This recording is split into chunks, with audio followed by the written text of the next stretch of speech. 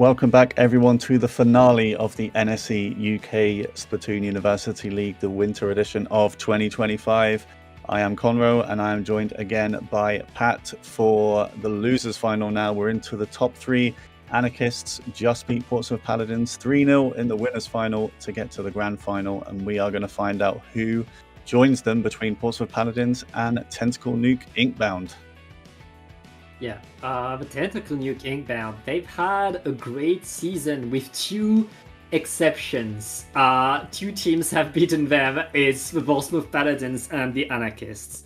So right now, Tentacle Nuke, they are guaranteed the podium, but they need to beat the two teams that have beaten them so far. So they need to show that they can come back, that they've learned from these defeats. Portsmouth Paladins, of course, they want to get back in upper bracket. They want to get to grands. They want to fight their rivals of the Anarchists. We'll see who is able to go so, and we go right in the game, Conroe, as our first Turf Wars is going, and of course, it's going to be on a Robo-Roman.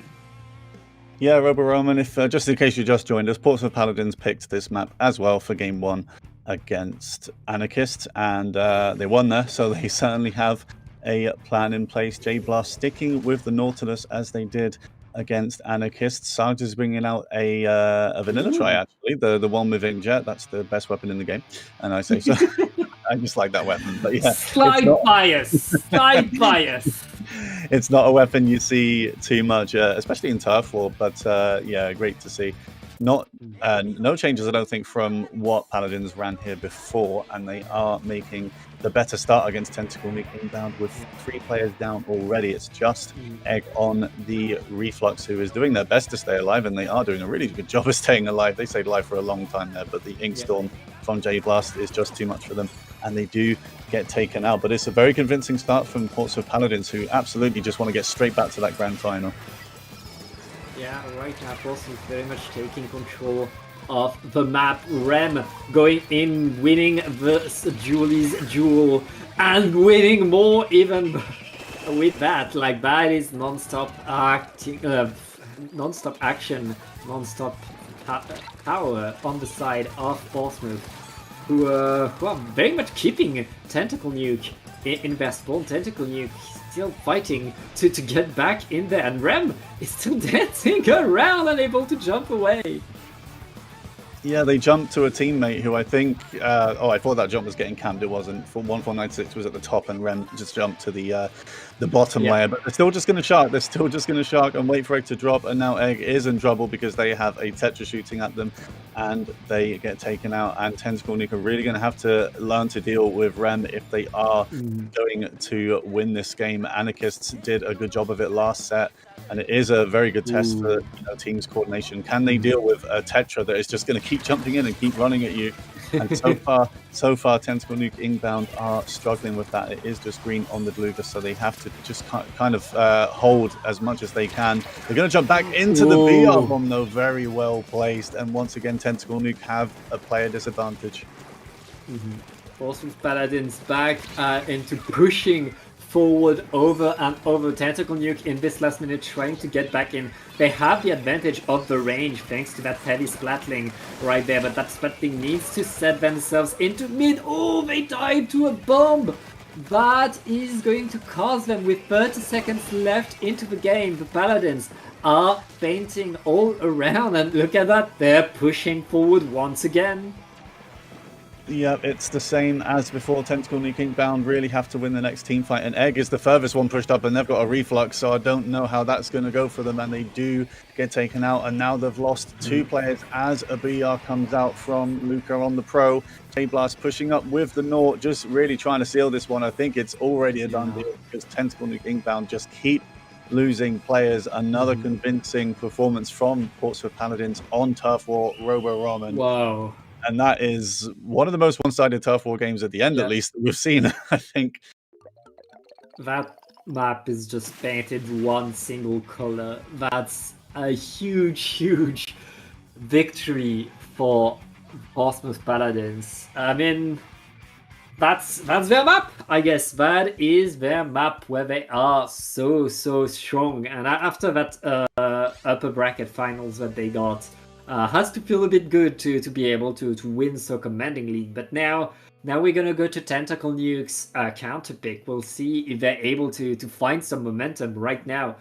They need to be able to counter, as you were saying, Rem, on the side of Paladins. They need to not let all that chaos go their way, and they need to be able to keep themselves on the map. Yeah, it is. It's such an important kind of I guess skill or trait that a comp team can have, just dealing with players and weapons like like the Tetra and like Rem, where they are just super jumping in constantly. You have to be switched on for the entire game pretty much, and just expect a super jump to come in, but you know, decide how you're going to deal with it. Are you going to try and rush down the super jump, or just kind of let them jump back in and then, you know, expect it and then deal with it after that? Because, you know, you can't just let them do what they want on your side all the time. And you know, even though that was quite a convincing game for Portsmouth Paladins, at least from Tentacle Nuke's perspective, it might not mean anything. If they win the next 2 Tower 4 games, then, you know, that's not even a point gained for on Portsmouth Paladins side for that game. But I mean, it was very convincing. It was worth saying this is a rematch of the winners semi-final. Yeah. It was Portsmouth Paladins versus Tentacle Nuke, and that one was a 3-0 to Portsmouth Paladins. So, you know, Tentacle Nuke Inkbound do have to bring their best stuff to this one to make another grand final. They did actually come second in 2 of last year's seasons in NSE. Not quite winning, but, you know, I'm sure they'll be quite determined as well to finally get that win. They'll have to topple Portsmouth Paladins and Anarchists to do that, but who's to say? They can definitely do it. They can do it, but right now it's looking rough. The Paladins opened incredibly strong. Tentacle Nuke is going to answer with Umami Runes, a map that plays a bit differently, where I feel like they'll have the good spots for their heavy splatling. Having the range advantage here can allow your team to really get a lot of ground, thanks to that huge snipe spot that's allowing you to really take control of the map. Yeah, definitely. It is an interesting one in Tough War. It's quite wide and open. It's quite a bit like Robo Ramen, actually. But yeah, this is Tentacle Nuke Inkbound's pick. So let's see if they do bring anything to this. I seem to remember in, I think it was actually in the summer tournament, Tentacle Nuke Inkbound always played here in Turf War. I remember seeing it quite a lot, and they did normally have a plan. So we'll see if they bring one to this. So it is advantage Portsmouth Paladins in the Turf War mini set, as it was in the last game they had in Winners Final. I'm sure they're hoping they can just close this out straight away this time, instead of losing the next 2 Turf War games. But yeah, I think we're just waiting for the players to ready up for this one. I think some people are saying it's not actually in the map list, but I think they might be happy to play it anyway if it's not. But or are they picking? They might be switching the map from what we can see. Yeah, so it's been it's illegal. They're going to go to Mahi Resort, so it's going to be a reset, and we're finally going to see our classic Turf Wars map, Conro, which is of course Mahi. Yeah, it's a shame. I think the map list got roughly changed from the summer, because what I said definitely rings true. Tentacle Nuke Inkbound, that's probably why they picked it, because they played it so much over the summer, and they did well on it. But yeah, this match isn't going to get played because they can't pick this map in Turf War. They have picked another one already though, so it shouldn't take too long for us to get into it. As Pat said, we are going to go to Mahi Resort, which for the top bracket we've seen it a bit less, but in the Swiss stage, teams loved this one. It was always game one. Game one of the set would be Turf War Mahi Resort, so it's good to see it back. Yeah, I mean, it's very much a well-balanced map where whoever is playing on the team, whatever weapons you have, whatever kind of play style you have, you're going to have fun on here. You're going to have something to do on here, and yeah, that's usually what you want for your team, having a place where everybody is going to have some fun, everybody will be able to express themselves. And of course, at a higher level, which we are watching right there, it's also where teams show advanced strategies because they know they have to expect kinda any kind of strategy and be able to counter it. Yeah, definitely, and it is of course that map that has the interesting thing. We're halfway through the game, much more turf becomes available to paint, and yeah, Tentacle Nuke Kingbound certainly have to watch out for Rem just pushing onto their side. I mean, you know, Rem is probably just going to immediately try and climb up onto their platform and paint from there, and maybe flank around behind them. But you know, we know. We know Rem will be going in. Yeah. Rem will be going in. But even if Rem isn't able to, they have options. You know, they have J Blast, who is a kind of a solid anchor for them in Nautilus today. I said before, I've not seen him on Naut in Turf War, but it's definitely been working for them. It is the longest range weapon they have between J Blast and Luca. You know, they have quite a lot of range to deal with the other team here, and we're just about able to get into it. Not too many changes in terms of main weapons, and not too many on the other side. We do have a Wiper. I can't actually remember if they had a Wiper in Game 1, to be honest, but besides that, there's no changes for the main weapons. Yeah, right now, both of our teams trying to establish themselves into mid. Of course, the control of top mid could be very good. It looks like J Blast will be on top right there, which means Tentacle Nuke are surrounded and forced back, and Rem is already going in, dodging a Booyah Bomb, but splatted anyway. That's still the Paladins being able to push forward in front of mid to force Tentacle Nuke to wait in their own spawn before going back forward. Yeah, J Blast trying to take position, but they do get punished for it. But it doesn't really matter because Rem, who did get taken out, was able to just super jump straight back in, and they do just jump pretty much just to reposition. They only a couple of feet back from where they were already. But you can swim. You're allowed to swim. Could swim, but it's not quite as stylish as super jumping and immediately dodge rolling on the ground. And the Tentacle Nuke Inbound they're just struggling to get back out of spawn. Sadie's just going to clean up mid on the Zap with the super jumps, super chumps, I should say, which is a very helpful special for the front lines like Rem, you know, because you throw the chumps out and suddenly they have to kind of focus on those and shoot those instead of the Tetra that's trying to dodge roll everywhere. And 1496 is just trying to make space for Tentacle Nuke to come back in. The BR Bomb's going to help, but they have to make a move at some point. Rem is alone on the left. Are they going to get a pick? There is a fight, and that's a big pick on Rem there.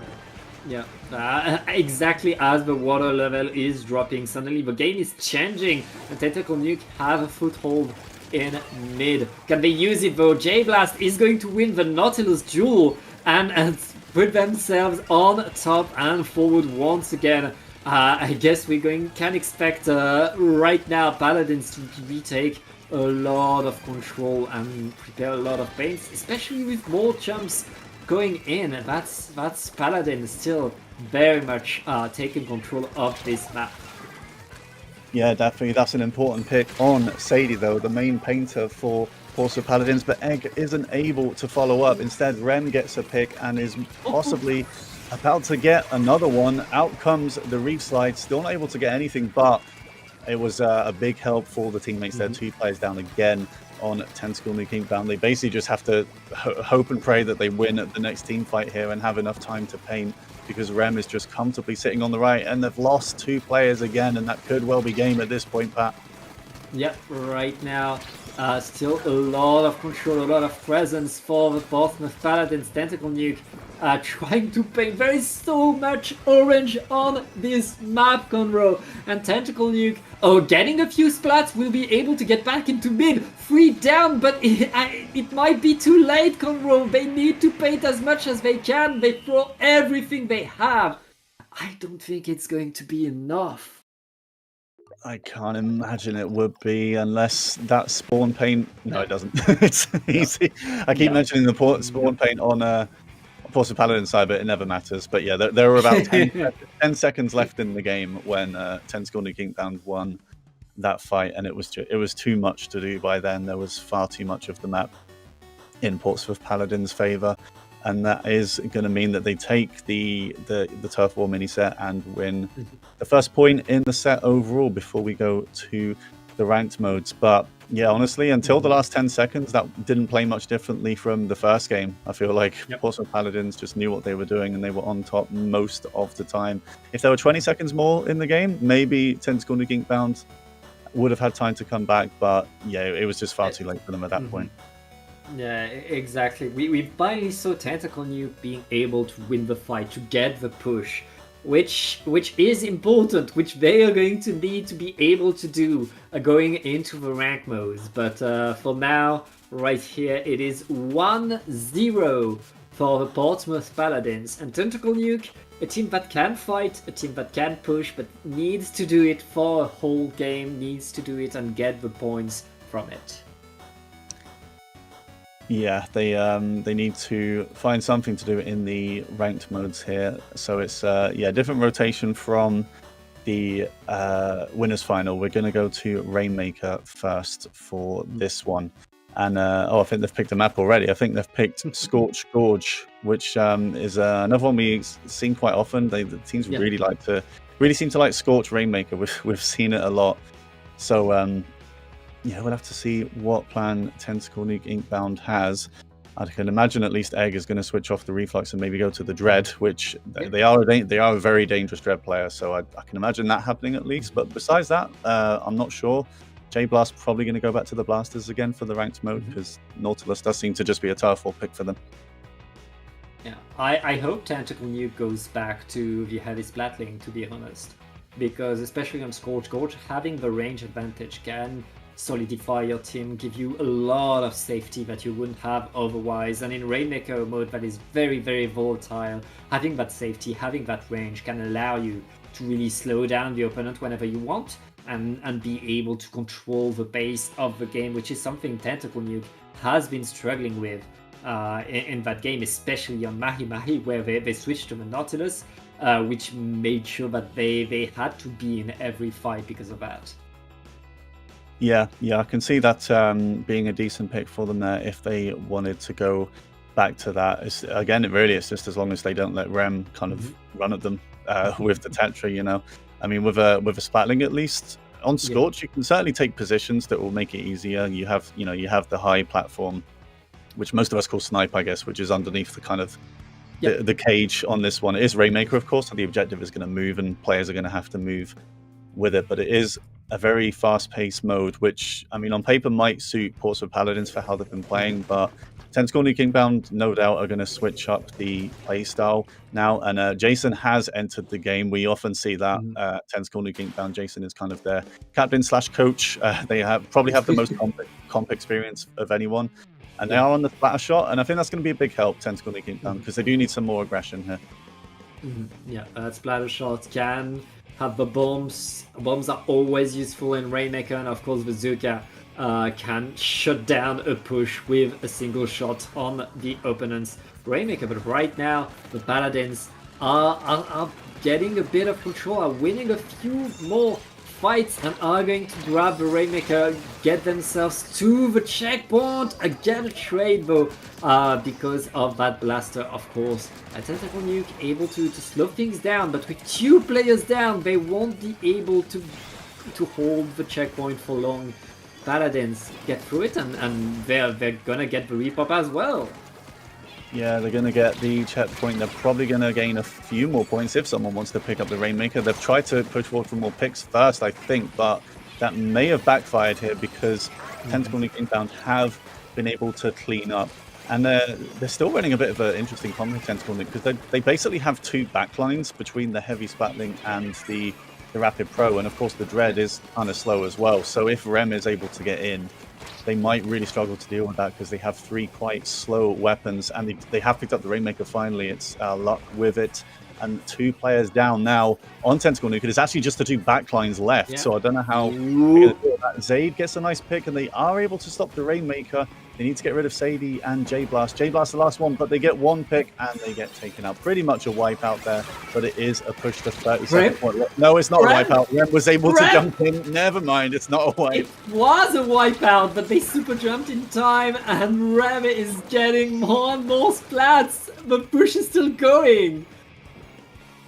Well, I mean, it's exactly what we said about playing with the Tetra. You just always have to expect that they'll be jumping in because they will, and if you're not able to deal with it, you will get punished for it. I think this time, I mean, I don't want to count chickens, but it might actually be a wipeout this time. J-Blast was pretty much at spawn. They were sharking there, but they are going to drop and go for a pick, but they get punished now, so that's one player down for Portsmouth Paladins. Rem is going to be sharking somewhere, going for a pick, but no, Rem gets taken out as well, and that's a bad thing to be against the Crab Tank.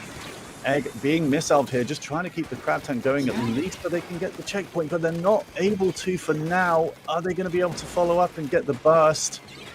They're not going to be able to, and Portsmouth Paladins do pick it up and reset it. Yeah, that quick reset of the Rainmaker, they don't want to keep it next to the checkpoint right there. That's going to force Tentacle Nuke to move back as the Paladins are getting back control over here. Egg with another Crab Tank will get a bomb to the back, and that's the Paladins in control of mid with 2 minutes left in the game. They have the whole map. They can do whatever they want right now. They really can. I just like that it was an auto bomb. I'm quite used to it being like a splat bomb or a potion bomb that hits the back of the Crab Tank, but Rem just throws that little chicken bomb and it takes out Egg. Very nice throw, and yeah, Tentacle Nuke inbound just really struggling with the fast pace of Portsmouth Paladins with the Tetra and the S-Blast and the other two players behind them as well. Tentacle Nuke inbound not even able to get the checkpoint going yet. VR Bomb about to come out from J-Blast to give them a bit more space ahead, but they're not in any big rush right now. They can just wait to get the picks, I think, because Tentacle Nuke inbound just don't really have the speed for it. Yeah, right now, the Rainmaker is going to be reset as we are entering the last minute of the game, and 2 players down onto the Paladins could be an opportunity for Tentacle Nuke to get back in this game, to get that checkpoint. They maintain their presence, their momentum right now. It's going pretty well, but they need to grab the Rainmaker and move forward now as Zaid is able to get enough splats to ensure the checkpoint is broken. It's a wipeout! Tentacle Nuke are coming back. They could get the lead here. They could. Jason had the Azuka ready, but they just chose to pick it up because I don't think anyone else was there. But they're getting the pick. They're getting the picks. It's just luck, and they're not going to get the pick in time. They brought out the missiles, and Tentacle Nuke Inkbound have really only had one push this entire game, but it is enough for them to get the lead. 26 is the score to beat now for Portsmouth Paladins. Zaid probably going to go down to the reef slide, and they do, but what a push from Tentacle Nuke Inkbound. Portsmouth Paladins, this is going to go to overtime, but are they going to get it done? No, they're not. That stops immediately. Wow. Was that the Splatling that was pushed all the way there? Yes. I think wow. So. Well, the Splatling didn't want to waste any time. They were just pushed up. I'm just going to play a frontline position and take out the Rainmaker right then and there. Wow, what a great push from Tentacle Nuke Inkbound. And it is 1-1. Yeah, great move right there. I mean, Portsmouth were in control of most of this game. They were able to get far in. They were able to deny everything from Tentacle Nuke Inkbound. But, I mean, on Rainmaker, you make one mistake, you lose the game. One push is all it takes. And right there, the Tentacle Nuke reminding us of that exact fight. We're able to get further, they were able to get deeper, and are tying up the score. We are now 1-1, and I'm going into the next map, which is going to be chosen by the Paladins. Yeah, Portsmouth Paladins do get the pick on, I believe it's Clan Blitz, the game 3 we're going to see in this set. But yeah, it was a very good push from Tentacle Nuke. I mentioned earlier about having 2 backlines, but I think for that push they were actually able to set up both of those backlines in decent positions, which is it's quite easy to do on that map once you can actually set up, because you both just go to snipe, the area below cage, and it's very difficult for the other team coming out of spawn. You can basically just cover it because it's very high ground. And even though Jason picked up the Rainmaker and got splatted, the rest of their teammates just cleaned up again, so they were very easily able to pick up the Rainmaker and keep going. But it is going to be, once again, Barnacle and Dime, the pick coming out from Portsmouth Paladins. It's the same pick they had against Anarchists in the winners final, and they only lost that by 1 point. They got a very close push at the end and not quite able to get over the line. But yeah, it's a very understandable pick from them because they played quite well there, and they're probably just going to hope for the same here, but actually get the point against a team that's not going to town without a fight. They're not going to get swept. Tentacle Nuke Inkbound, they are definitely in this to win and have another go at the Anarchists in the grand final. Yeah. Great job by Tentacle Nuke getting that victory. They need to get 2 more if they want to go to grand finals. But yeah, as you said, the Paladins, they're confident here. They know this map very, very well, and that is why it's their counter pick right now. Let's see if they're able to do so. But one thing for sure is that, I mean, Tentacle Nuke is waiting for them. Tentacle Nuke is ready for them. So we'll see if they're able to counter them on here. And let's get on with some Clan Blitz. Yeah, here we go with Clan Blitz Game 3. The V-Dread coming out from Egg. I believe they're on the Horns Dread in the last game, but V-Dread is definitely the weapon I kind of associate them more with. Very aggressive for a V-Dread, and of course they will be reef sliding all the time as well, as I would expect Rem to be doing, of course, on the other team. Sadie bringing out the Snipe Writer for this, the most conventional backline with a lot of paint and a lot of callers and a lot of picks coming out already. It's 2v2 and Egg has that reef slide to go. They don't need it. They're going to take out Sadie, which is a very big pick. And Rem, they're aware of Rem's super jumps. They might have finally clocked onto that, and that is going to be a big help to them winning the game. And Egg, I mean, that's pretty good work. They do get punished for that reef slide, but they take out J-Blast as well, and that's definitely going to help Tentacle Nuke establish control at least first in this game. But can they get a push going? Can they break open the basket? Yeah, and right now, Tentacle Nuke going in, opening the basket. Wow. What a wipeout! What moves! That's a heavy splatling. Going frontline pretty much and getting the results. Tentacle Nuke are going to not only deal the first blow, they get past the 60-point mark. They keep scoring a bit more, and Paladins are struggling. It feels like they are struggling to defend right now. They really are. I mean, what I said about them bringing 2 backlines, I take it back because I think this heavy is a front line, actually. I think they've got a new idea with the heavy splatling. They finished the last game in Rainmaker by just taking a frontline position, and they just got in the face of 2 players there and got the pick on both of them. So, yeah, incredible work from, what are the numbers? 1496, I think, for Tentacle Nuke Inkbound. So, but yeah, Tentacle Nuke Inkbound, very good work for the first push. They're just down to Jason and Egg right now on the Dread, but I don't think Paladins are quite set up for a push. And Jason's just flanking. That's a big trade, honestly. Rem is pushing up as they always do. Oh no, 1496 again. How have they won that? No idea, but Portsmouth Paladins aren't able to get a push off that. The heavy splatling, when it doesn't have its charge, it's in danger, but with a full charge, it's so dangerous. You don't want to face it, and yeah, it can mow you down pretty fast. Right now, the Paladins are in positions to push in. They're waiting for the way in, and with 2 players down, 3 players down, it's on the Egg going in with the Rift Slider, able to get some, but not enough. It's a wipeout. The Paladins have lost a lot of clans though, and they're gonna open the basket, but I don't think they can get the lead. They need to go back for more. They do need to go back for more. That was a very important reef slide. They were able to slow down the push enough. They got a couple of picks, and Portsmouth Paladins, they've still got a lot of control here, so they could definitely push again off this, but for now they're going to stay behind with 20 penalty points, which isn't a lot. It's just 1 power clan to break it and then 3 more clans to take the lead. And Zayd is preoccupied with Ren and some other players, and this is another push coming out from Paladins, getting the picks, and J-Blast is going to throw a couple of clans in to take the lead, and they're still getting more. It's just Zayd on the Rapid Pro somewhere trying to stop this push, but Portsmouth Paladins have so much space now, and J-Blast is going to come in with more. And right now, the Paladins are still extending their lead. They're losing a lot of players, but they are getting more and more points. Luck forced out, pushed away with a Forge Pro is going to be sent back to spawn even. And I mean, Paladins have gotten the lead, but Tentacle Nuke have a lot of ground and a lot of clams being passed on. Right there, that's a counter push going in. They don't have no penalty on them. And now they're just trying to get more clams in as they are maintaining their numbers advantage.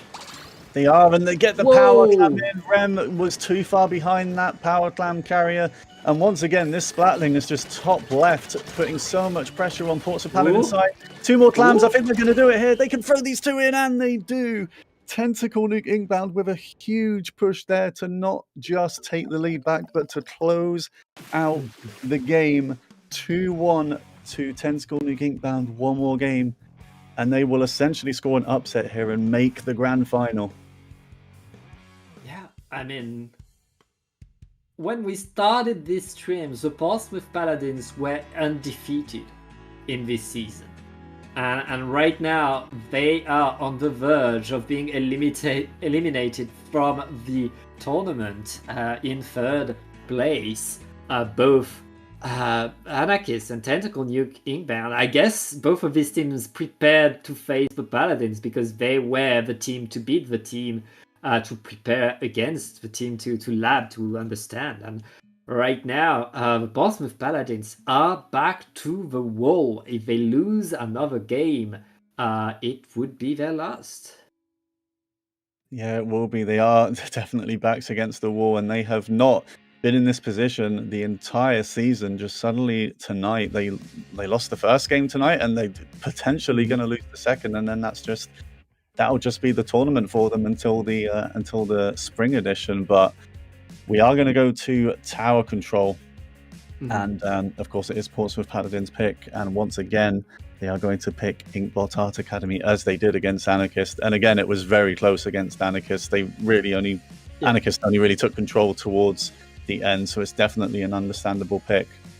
But yeah, I mean, are we going to see any big changes? Probably not. I mean, I think even Portsmouth Paladins are quite comfortable with the weapons they pick. They just need to get it done, so to speak. With the weapons they're using, just be a bit more coordinated and just deal with Tentacle Nuke Inkbounds. I mean, they're doing really well for the weapons they're playing. I can't believe some of the fights this heavy Splatling is winning, just because it's not a position where you'd expect the heavy Splatling to win, but they are. So.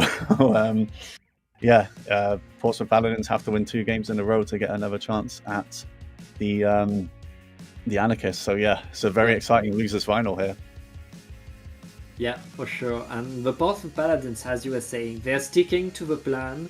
They're keeping the counter picks that they had in the upper bracket finals. They know these maps. They know they're the best maps for them.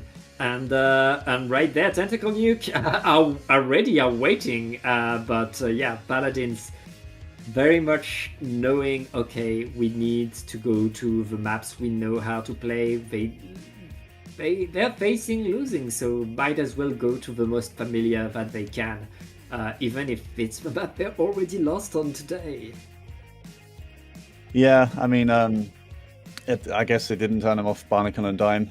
They lost there twice, and they're still going to go to Inkblot, even though they've lost there already. So they clearly have a plan, and they're confident it's going to work. Both Inkblot and Barnacle, to be fair, were quite close against Anarchist. They were very close to winning both of those. So you have to respect when a team has that kind of confidence. They can definitely do it. Rem is going to be constantly trying to get to their platform to do something. Is Sadie going to switch off the pencil? I think normally they're on Splatling, aren't they, the edit? So maybe that comes back out here because it is a slightly more aggressive option. It's a little bit easier to get splats with the edit once it gets going, and they are going to go back. They are going to go back to the edit. And Tentacle Nuke Inkbound aren't going to change that double backline, except not double backline comp they've been running with the heavy Splatling, just playing as a frontline instead. Yeah. Calling the Blaster Pro a backline is like it can do the job of a backline sometimes, but it's not a real backline. And right now, Tentacle Nuke already getting a few splats, already pushing forward. They have no fear. They want to go in. Here comes the answer by the Paladins, fighting them near that tower. 2 down. an egg, the last squid, with sliding to their death. That's the Paladin answering pretty well right now. And now trying to get some paint around, preparing their own push. They have the cooler ready, Conroe, so I guess we're gonna get back on the tower. Yeah, they do have the cooler. They've got to get the pick, so the heavy is mid, and they get taken out. 3 players down. It is just egg on the dread, and they get taken out as well. Really good recovery from Portsmouth Paladins after a start. And I was going to say at the start, I feel like Tentacle Nuke Inbound just knew that Rem and someone else were going to go left, because all 4 of them kind of just went to the platform and were shooting that way. So I think they may have actually been prepared for it from Rem, but a little bit later down the line, and Portsmouth Paladins have recovered. The picks just keep coming out from J-Blast and Rem, a very aggressive duo for the Portsmouth Paladins, determined to take this to game 5, and they're doing a really good job of it so far. They have so much control, but now they've lost Luck and J-Blast, so it might just be a matter of time until this push is over. But that is a very solid push with the blast. The splashdown gets 2. J-Blast was able to jump back in with the call. I think they must have been cooler, because they had that splashdown ready to go, and Egg goes down as well. So even though the tower is backing up, I think they're just going to get back on it, and the push is going to continue. Yeah, more push coming, and J-Blast so dangerous with that blaster right there. 2 down on Tentacle Nuke. The Paladins simply riding the tower forward to get more and more and more. They are the 3rd checkpoint, and Tentacle Nuke defending as much as they can, but will it be enough? All of the Paladins are still jumping in, trying to get more, Conroe. Definitely trying to get more. This is a really good position for Portsmouth Paladins, because they will just keep super jumping back in. It's not really a big loss at this point if they get wiped out, so they might as well just keep trying to jump in and keep this push going. It's just Rem and J-Blast one after the other, and Sadie supporting from the anchor position as well. And that is exactly what they've done. I mean, they super jump in. They might get picked off, but everyone else is just establishing this, and the tower is not going to get reset, because Tentacle Nuke Inbound still just trying to come back in. I think someone dropping got a pick at least, but they got taken out straight away, and another pick coming out. But again, the splashdown, I think that got a pick on the heavy, who was probably trying to camp it, and they're just constantly jumping back in. I mean, Tentacle Nuke Inbound can't deal with it. They are not stopping. They don't know fear. They want more fights. Right now, Tentacle Nuke trying to get to the checkpoint, but punished by the blaster, of course. J-Blast to the side is waiting for more fights. I mean, oh my goodness. I mean, the Reef Slider was there to stop it, but here comes another Reef Slider to get back in the fight for Ran. And right now, every time Tentacle Nuke is starting to get some momentum to do something, there's someone from the Paladins to simply force them to look to the side, Conroe. Yeah, I mean, that is how you have to fight against Tetra, and then Rem gets another one as well, going for a second. But even if they can't get the pick, they're just going to stay alive and distract Tentacle Nuke, who are at least able to get it through one checkpoint. But they have lost 2 players here, and now Zay goes down as well. So it's just Jason on the side, and they are going to super jump out rather than try and fight that. And now Egg drops in. Egg drops in alone, trying to get something going, and to be fair, they do get the pick, and they are still going. They have the, they did have the restart ready. I think they used it, and they were getting some picks on Portsmouth Paladins there, but Egg does go down. Sadie in the anchor position, fighting the other Splatling, and they do win that one. That's probably I'm going to assume that's Rem jumping in, but they do get the pick on that. I think it was Jason, actually. I got the teams wrong there. But Portsmouth Paladins are just in a very comfortable position. They haven't looked like losing this one at all, even though Tentacle Nuke did get through the first checkpoint. And again, they're just going to push tower with 20 seconds left. Yeah, 15 seconds left, and the Paladins, they look solid. They look more confident than they ever were. And now with another splashdown, Tentacle Nuke will get one final shot at the tower. With all the Paladins, all they need to do right now is defend that 3rd checkpoint. They don't even need to defend the 2nd, Conroe.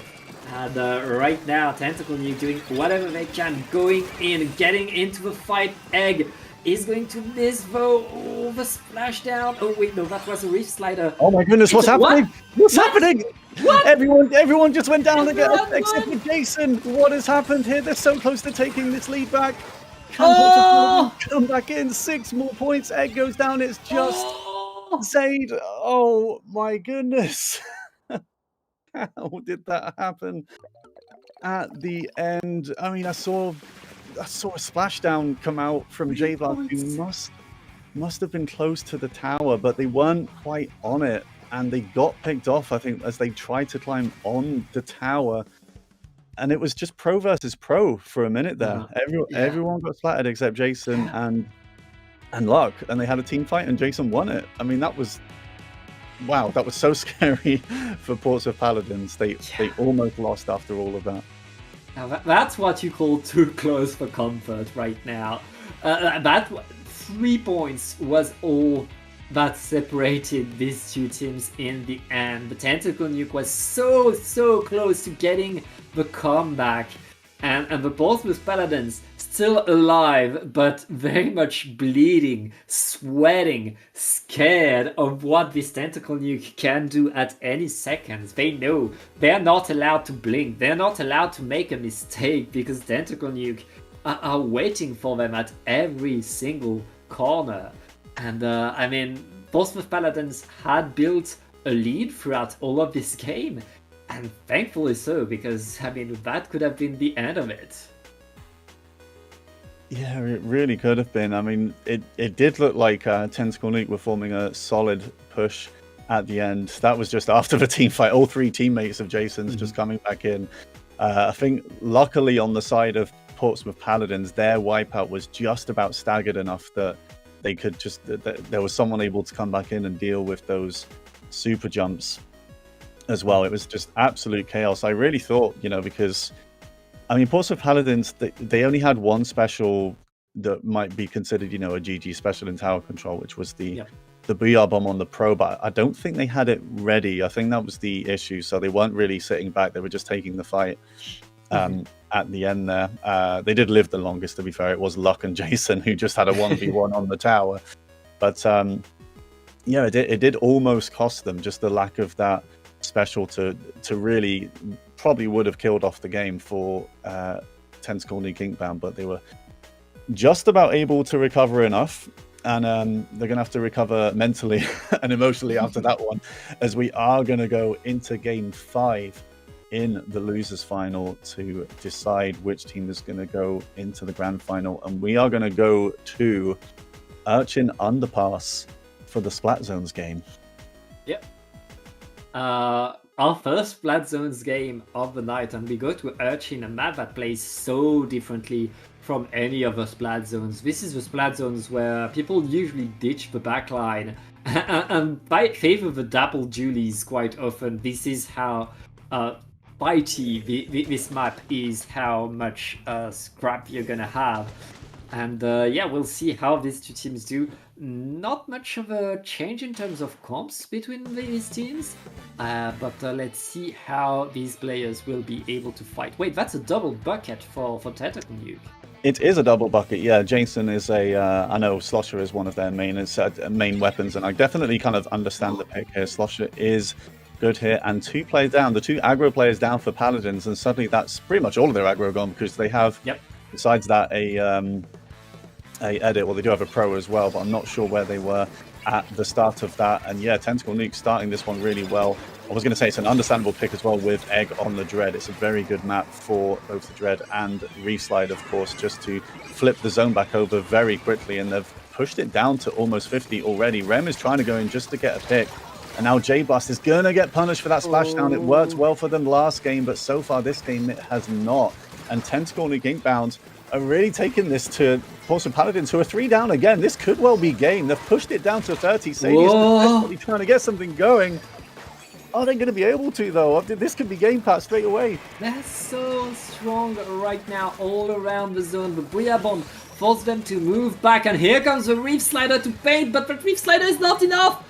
Oh, thankfully the rest of the team was able to follow through. 3 points remaining. The Paladins are alive, but hanging on by a thread right now. They need to get KO. They need to not let Tentacle Nuke back onto the zone now. Oh, well. They really do. They have lost 2 players, though. They're going to have to do it a little bit later, because Tentacle Nuke Inkbound are going to take back the zone. Really nice pick from Sadie, though. Sadly, they do get picked off by ex-teammate, but that was really well done from them in a fight that you would normally expect that weapon to lose.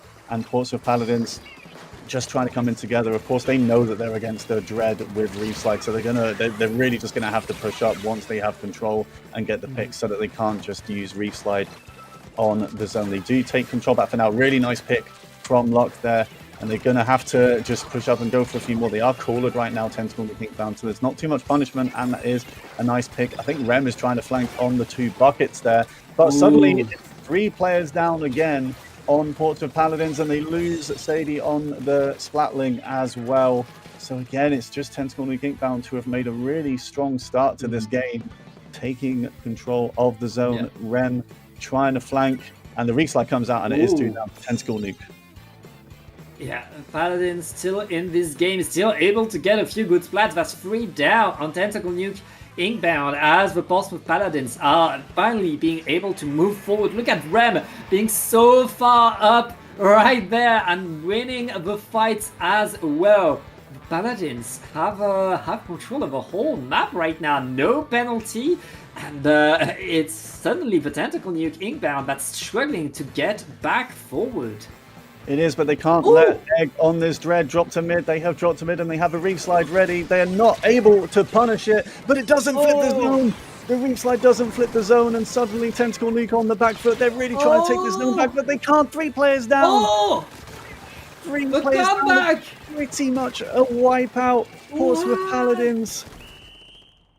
Incredible comeback from the Paladins after a rough start to the game. Rem was able to set up on the far left, which was just huge. It did stop, for the most part, the players coming and flanking on the right. Mr. Egg was able to get down, but I think the Reef Slide just wasn't in the middle of the zone, or it just didn't cover enough of the zone in the first place. Somehow that zone did not flip, and Portsmouth Paladins just cleaned up after that to overcome the deficit they put themselves in at the start of the game, and they will be going to grand final after an incredible 3-2.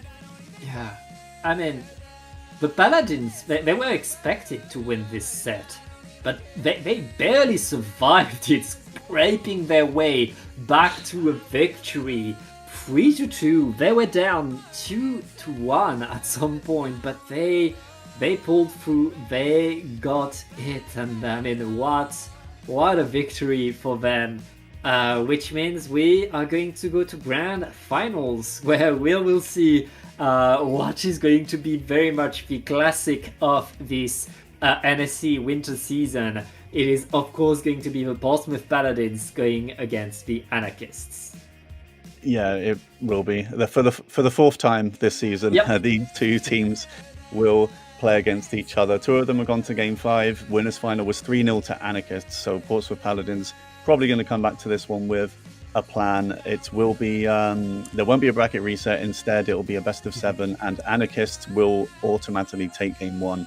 It's kind of a weighted final, so they'll start the match 1-0 up, if you like. So but yeah, we'll go to a quick break now, and we'll be back very shortly for the grand final of NSE Winter, Portsmouth Paladins versus Anarchists. Don't go anywhere, everyone.